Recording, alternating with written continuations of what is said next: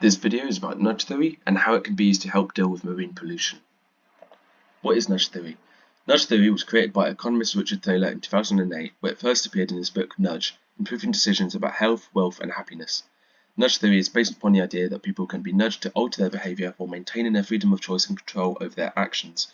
Therefore, it's often considered as a pacifistic way to change behavior. Some real-life applications of nudge theory include the UK government issuing a £210 per tonne plastic tax to any company that manufactured or imported plastic packaging components that contained less than 30% recycled plastic.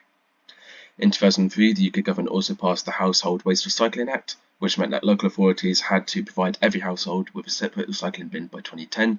This didn't force people to recycle, but it just gave them the means to do so. How does it help us understand why effective progress has not yet been made in the reduction of marine pollution? Firstly, governments are too lenient on corporation. Requiring only 30% of recycled plastic in packaging is a very low amount, considering that 70% of the packaging will be made out of new plastics, which could end up in the ocean or in landfills. Additionally, only £210 per tonne tax is quite low considering how much companies make every year, so they may be able to afford it and won't have to change their behaviour. Another problem is that people don't always act rationally and have cognitive biases. One such being anchoring, where people base their assumptions on a singular source without considering others. So if the desired behaviour conflicts with the source, then they're unlikely to change.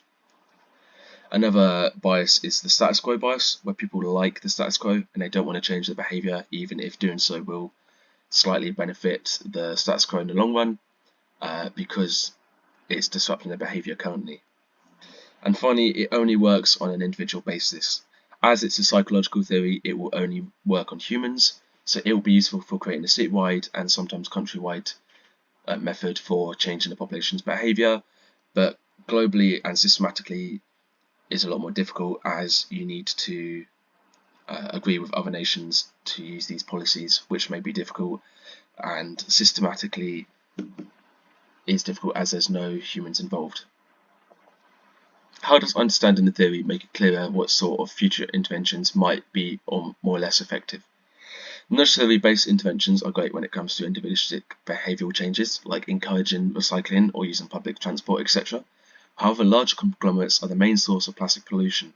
The Coca-Cola company alone produces 3 million tonnes of plastic a year. Governments need to be stricter or even outright force these companies to change their behaviour towards plastic use for any effective change to be made. Thank you for watching. These are the references.